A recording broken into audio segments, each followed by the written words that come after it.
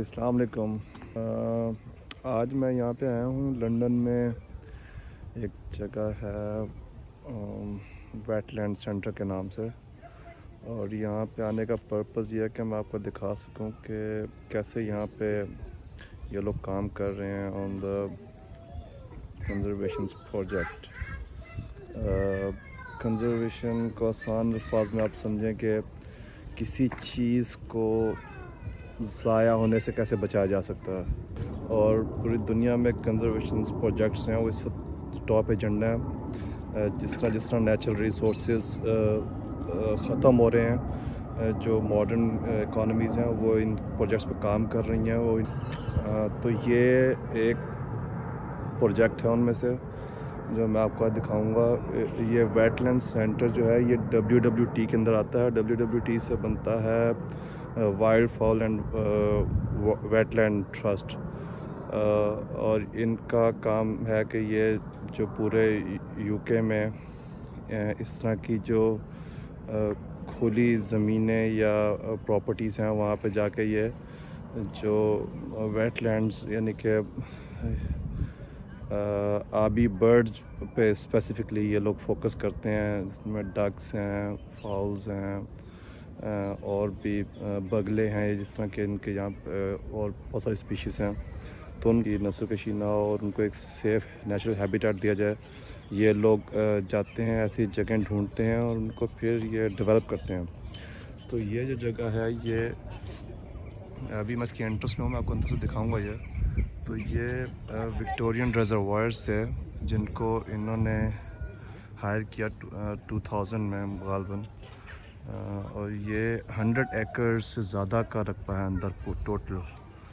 और गवर्नमेंट ने देखें इसको किसी कमर्शियल यूज़ के लिए बिल्कुल नहीं दिया, लेकिन इस ऑर्गेनाइजेशन को उन्होंने ये जगह दे दी है कि आप आएँ और यहाँ पे काम करें। यहाँ पे साइंस बेस इन्होंने अंदर लेबॉर्ट्रीज़ बनाई हुई हैं जहाँ पे इस तरह की जो डक्स हैं या बर्ड्स हैं उनको उनकी केयर और उनकी ग्रोथ के लिए सारी अंदर रिसर्च की जाती है। और यहाँ पे बहुत सारे बर्ड्स ऐसे हैं जो पूरे लंदन में कहीं और नज़र नहीं आते।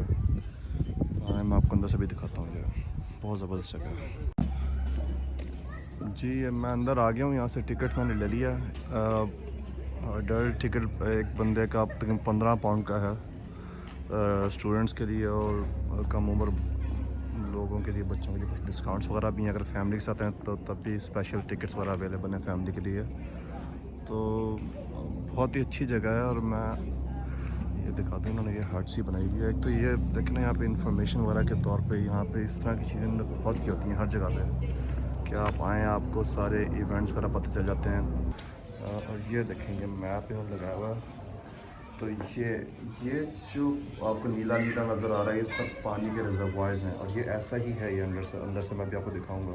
और ये विक्टोरियन टाइम के रिजर्वायर्स थे। यहाँ पे जब बादशाह थी पुरानी तो ये लोग पानी को सेव करते थे, क्योंकि इस एरिया में कुछ पैलेसेस वगैरह हैं। तो यहाँ से वहाँ तक पानी की सप्लाई को यकीनी बनाने के लिए उन्होंने ये जगह ऐसे की थी, लेकिन क्योंकि अब इनकी ज़रूरत नहीं थी और ये जगह ऐसे ही पड़ी तो उसको कंजर्व कर दिया गया into a research center and a natural park, which is a brilliant idea. ये इन्होंने अंदर इंडोर आर्टिफिशियल सेटअप्स बनाए हुए हैं बच्चों को और बड़ों को डेमोन्स्ट्रेशन देने के लिए। के अंदर ये जिस तरह कोरल ट्री देखें बिल्कुल उसी तरह का उन्होंने सेटअप बनाया हुआ। अगर आप लोगों ने टीवी में नेशनल जियोग्राफी की उसमें देखा हो वीडियोस में, तो ऐसा मुझे बिल्कुल ऐसा लग रहा है इस समय मैं अंदर फिर रहा हूँ, पानी के नीचे ही हूँ। और ये टर्टल्स हैं, फिशेस हैं।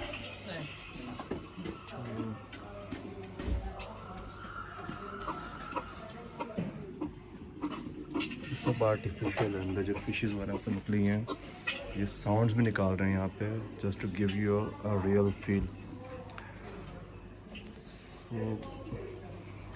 लर्निंग पॉइंट ऑफ व्यू से बहुत ही ज़बरदस्त जगह है। ये देखें फ्रॉग वगैरह लगाए हुए उन्होंने, और ये क्रोकोडाइल देखें, मगरमच्छ शीशे के ऊपर से उसका मुँह बनाया जिस तरह पानी में से ऊपर झाँक रहा हो। बच्चों को ये बहुत ही फैसिनेटिंग है, जो बच्चे हैं वो बहुत एक्साइटेड हैं और बड़ा शौक़ से जो है वो देख रहे हैं।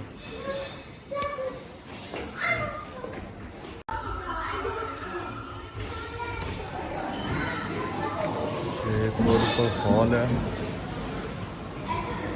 इंफॉर्मेशन प्रोवाइड की हुई है।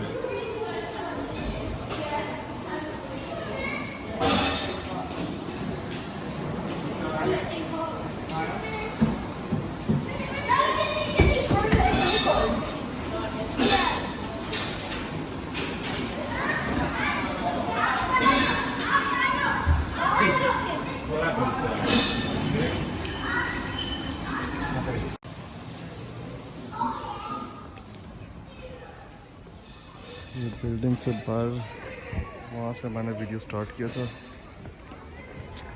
यहाँ से मैं अंदर आया हूँ। सुबह से फैमिली आ रही है बाहर। और ये जगह जो है ये साउथ वेस्ट लंदन में है, जहाँ मैं रहता हूँ। यहाँ पे आने में तकरीबन गाड़ी पे 13 से 14 मिनट की ड्राइव थी, और बहुत ब्यूटीफुल ड्राइव थी, बहुत ग्रीन, ये एरिया बहुत ग्रीन है। तो ये किसी दौर में शायद मेन लंदन से बाहर रहा हो, लेकिन अब क्योंकि लंदन इतना फैल गया तो ये ऑलमोस्ट शहर के बीच में ही कंसीडर होता है। और ये जगह पे इस तरह के जो रिजर्वायर से 100 एकड़ ज़मीन, मैंने आपको बताया कि 100 एकड़ से थोड़ी सी ज़्यादा है, तो इसका इससे अच्छा इस्तेमाल यहाँ पे नहीं हो सकता था। अगर ये चाहते तो यहाँ पे कुछ कमर्शियल बना सकते थे, कोई होटल बन सकता था यहाँ पे, कोई रेजिडेंशियल ब्लॉक्स बन सकते थे। यहाँ पे हाउसिंग का ज़रूरत हर वक्त रहती है। तो ये यहाँ पे नोटिस बोर्ड लगा हुआ है, यहाँ पे इंफॉर्मेशन ब्रोशर्स लगाए हुए हैं, उसमें से मैंने एक उठाया। तो ये देखें, ये यूके का मैप है। ये जो राइट साइड पे आपको नज़र आ रहे हैं जिसमें बहुत सारे नंबर हैं, ये दरअसल में इंग्लैंड है। ऊपर जो खाली सा है वो स्कॉटलैंड का एरिया, जो लेफ़्ट साइड है वो आयरलैंड है, और ये नंबर 4 जहाँ पे जो ज़्यादा नक्शा है ये वेल्स का एरिया है। जो लंदन है ये नंबर 5 है, इस साइड पे साउथ ईस्ट ऑफ इंग्लैंड है। और पूरे देखें कंट्री वाइज फैले हुए हैं, और अभी शायद ये मजीद सेंटर में खोलने के ऊपर भी काफ़ी जगह है। तो इनमें कॉन्टैक्ट डिटेल वगैरह भी दी हुई है। इनके सामने इनकी सेकेंड एंट्रेंस है, वेस्ट रूट के नाम से। यहाँ पे ये इंफॉर्मेशन बोर्ड लगा है, डक्स, कीज एंड स्वॉन्स। खूबसूरत ब्रिज है एंट्रेंस पे इस जगह की। और ये देखें,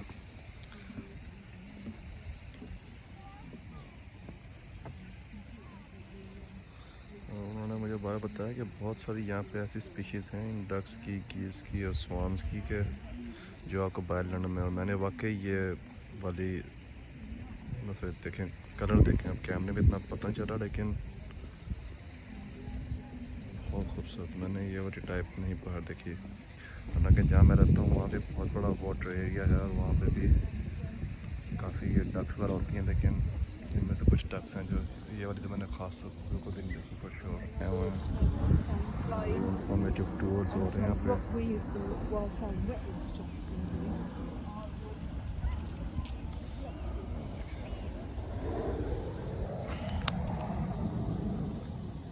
हमसे बैठे हैं, न कोई डर या खौफ नहीं है। और ये चीज़ यहाँ के बर्ड्स में बहुत कॉमन है। इनके पास से अगर बिल्ली भी गुजर जाएगी तो ये आराम से बैठी रहेंगे। और तरह के हैं। अच्छा, ये वाली टाइप भी मैंने नहीं देखी यहाँ बाहर। काफ़ी बड़े और लेजी से लग रहे हैं, लेकिन धूप सेक रहे हैं यहाँ पे। हमारे वहाँ पे तो लोग नहीं शायद भून के खा जाते हैं तक। तो यहाँ पे इनको ये देखें, सड़क के बीच में बैठे हुए हैं लोग, आराम से साइड से गुजर रहे हैं। उनके डिस्टर्ब किए।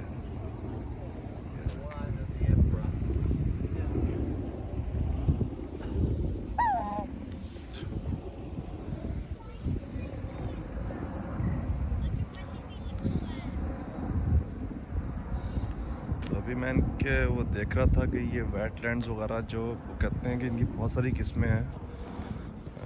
बेसिकली पानी का ज़ख़ीरा या जहाँ पानी ठहरा हो, इनमें से बहुत कुछ बड़े बड़े भी हैं, कुछ बहुत फेमस भी हैं, और कुछ आर्टिफिशियल मैन मेड्स भी हैं। जिस तरह शायद ये उनमें से एक है, क्योंकि ये वाटर रिजर्वायर्स बनाए गए थे पानी को सेव करने के लिए। तो उन्होंने बताया कि यहाँ पे जिस एरिया में हो, इनमें आना या इनके आसपास रहने से हेल्थ बेनिफिट्स बहुत ज़्यादा हैं। ये जगह जो हैं ये कार्बन एमिशन कम करने में बहुत मदद देती हैं। हाई ऑक्सीजन कंटेंट होता है इन जगहों पे, इनके आसपास।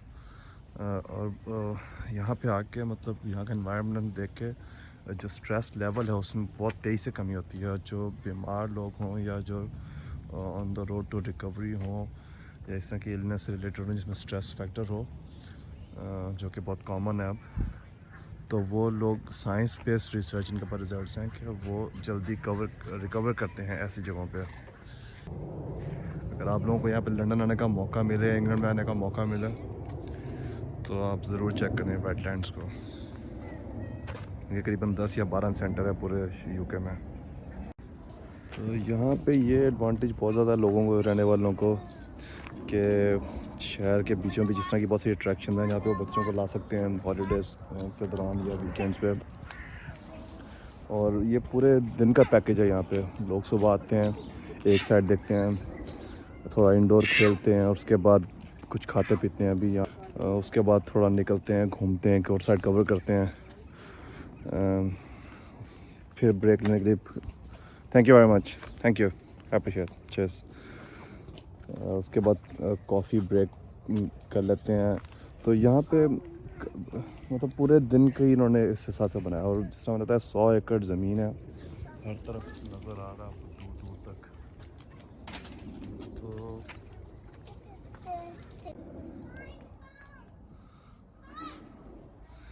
ये यहाँ पे एक व्यू पॉइंट इन्होंने बनाया हुआ है, एंजॉय द व्यू।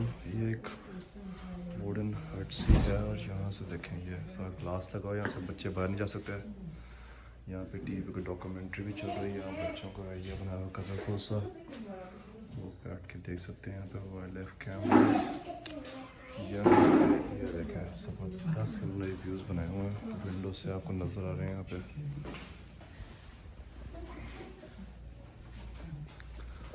और यहाँ से सारा एक साइड पे पूरा इन्होंने ऐसे लंबी सी बनाई हुई है, यहाँ बैठ के लोग बुक्स पढ़ें, जो रेलिवेंट बुक्स भी इन्होंने कुछ रखी हुई हैं यहाँ पे। और यहाँ बैठ के बस रिलैक्स करें, इंजॉय करें और ये वाला व्यू लेंगे पैनोरामिक। गेट में से यहाँ से अंदर इन्होंने एक नई एंट्रेंस बनाई हुई है। इंफॉर्मेशन दी है, please keep on the path, कि आप जो रास्ता बनाया हुआ इसी पर रहें, खास पे ना चलें। ये कुछ डक्स हैं। तो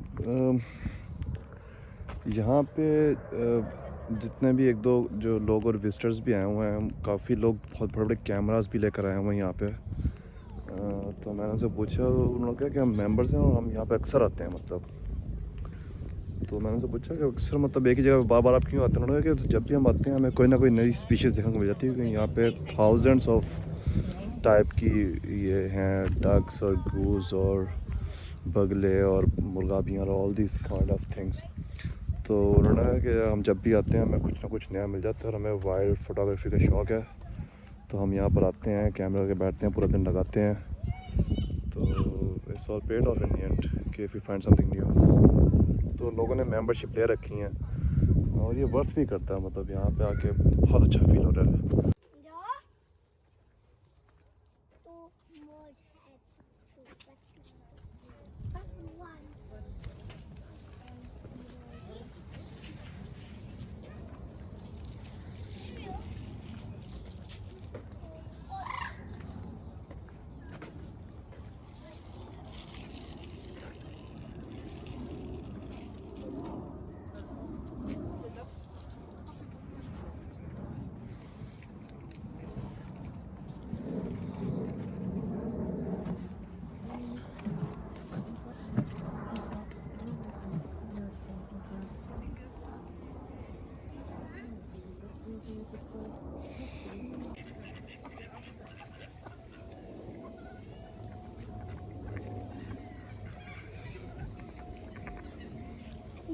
ये ऑलमोस्ट ही शायद ये लास्ट स्पॉट है।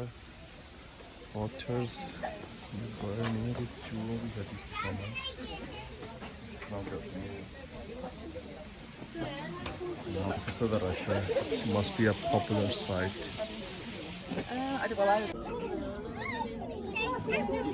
Wetland Centre. My name's Anita, and these are our 2 Asian small clawed otters. Todd's doing a lovely display there, making sure you all get to see him. This is Todd, our male. He's around 4 years of age. Honey is just coming behind. She's around 7. She is slightly older than him, but that's absolutely fine. They can potentially live up to between 15 and 20 years of age. Oh, God. Don't get grumpy. He gets a bit grumpy if it's a fish he doesn't particularly like. It's not his favourite. Go and get it, otherwise. Yeah, he will. Just give me a second. We'll see if Honey will take that bit. No, they're not very impressed. Oh, we get Smoothie. Because I've just woken up. Let's have a little nap. How about a crab? Yes, Smoothie.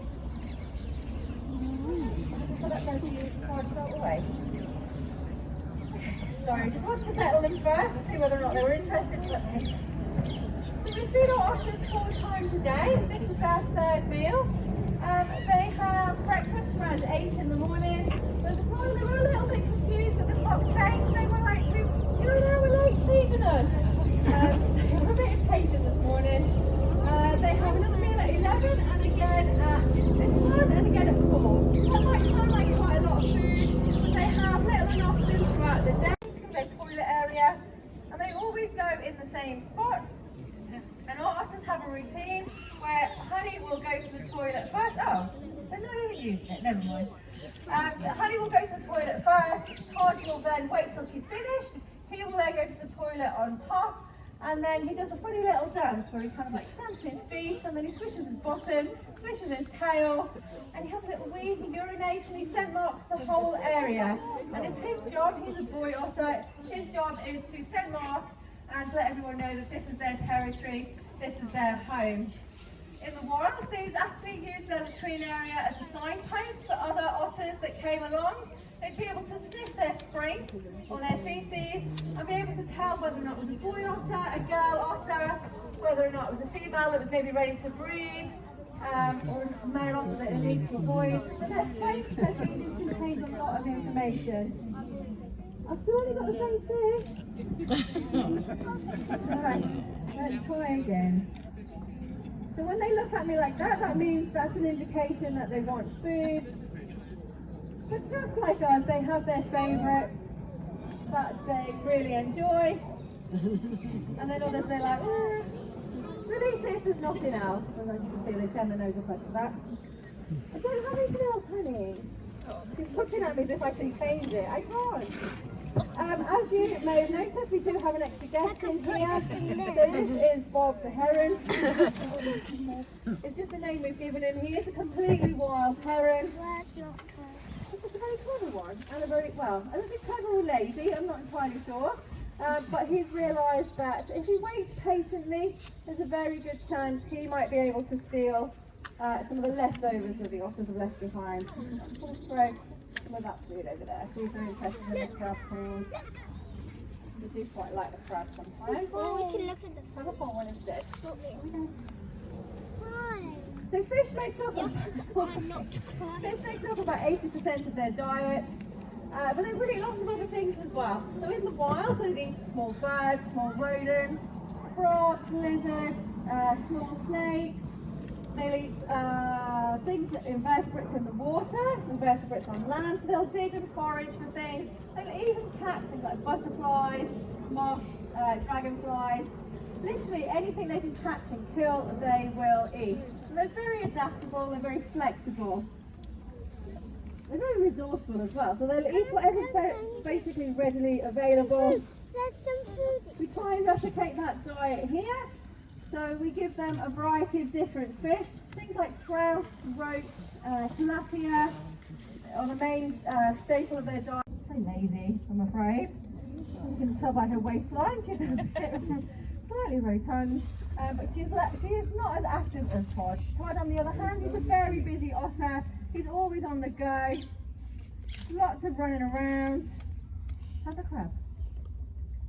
But he's also very intelligent as well. He loves interacting with, if we give him feeding devices or hide his food and things, he loves trying to figure things out.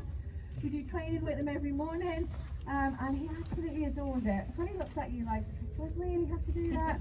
Whereas Todd actively engages in it. He's very intelligent, and he just likes to be stimulated and kept nice and busy. But he can be cheeky as well.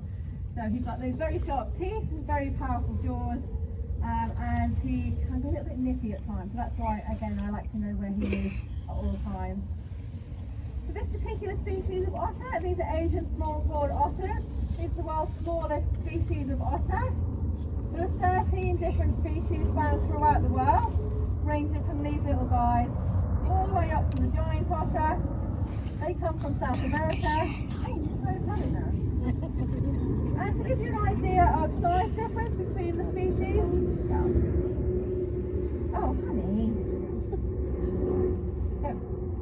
So these guys, when they're standing on their back legs, probably come to just above my knee. The giant otter, by comparison, all the way up here. They're absolutely huge. They can be up to 2 meters. जी otters का show देख लिया। जो वहाँ पे lady थी जो demonstrate कर रही थी, वो बता रही थी कि बेसिकली ये जो स्पीशीज़ है ये साउथ ईस्ट एशिया वगैरह में, कंबोडिया में, वियतनाम में पाई जाती है। चूहों से मुमासला थी, लेकिन ये पानी में ही रहते हैं ज़्यादातर, और इनकी जो खुराक है वो बता रहे थे कि काफ़ी फ्लेक्सिबल हैं इस मामले में। ये सब तरह का खाना खा लेते हैं। गो के ये ज़्यादातर सी फूड पसंद करते हैं। यहाँ पे इनको दिया जाता है फ़िश, क्रैब, लेकिन इसके अलावा जो भी इन्हें ऑप्शन अवेलेबल हो ये वो उसको अडॉप्ट कर लेते हैं और उसको खाना शुरू कर देते हैं। और जो सबसे इंटरेस्टिंग बात उन्होंने बताई कि ये वाहिद एनिमल है जिनमें इंसानों की तरह कॉन्सेप्ट है कि उन्होंने अगर इन्हें वेस्ट डिस्चार्ज करना है तो इन वायरट जिस हम लोग जाते हैं तो इन्होंने कॉन्सेप्ट है इनके पास, और ये बाकायदा बनाते हैं और रोज़ उसी जगह पे जहाँ पे ये रहते हैं कम्युनिटी में ये सेम वही जगह यूज़ करते हैं। और वो जगह ये अपनी नस्ल के दूसरे लोगों को भी अगर वो आउट बाहर से आएँ तो उनको यूज़ करने की इजाज़त देते हैं। तो यहाँ पे 2 मेल और फीमेल ऑटर्स हैं इनके पास, और उनका रोज़ इनकी सेम रूटीन है। ये एक ही जगह पे जाते हैं और जो मेल है वो एज ए जेंटलमैन वो वेट करता है, पहले फीमेल ऑटर्स अंदर जाती है, जब वो बाहर आ जाती है दैन मेल वाला जाता है, then they eat something and they play around, और इनकी ऐसी रूटीन है। तो आज का मैं वीडियो यहीं पे ख़त्म करूँगा। उम्मीद करता हूँ आपका वीडियो ये वाला वीडियो पसंद आया होगा। अपने कमेंट्स में मुझे ज़रूर बताइएगा, और मेरे चैनल पर सब्सक्राइब कीजिए, लाइक एंड शेयर करें, और अपने भाई को सपोर्ट करें। बहुत शुक्रिया, थैंक यू।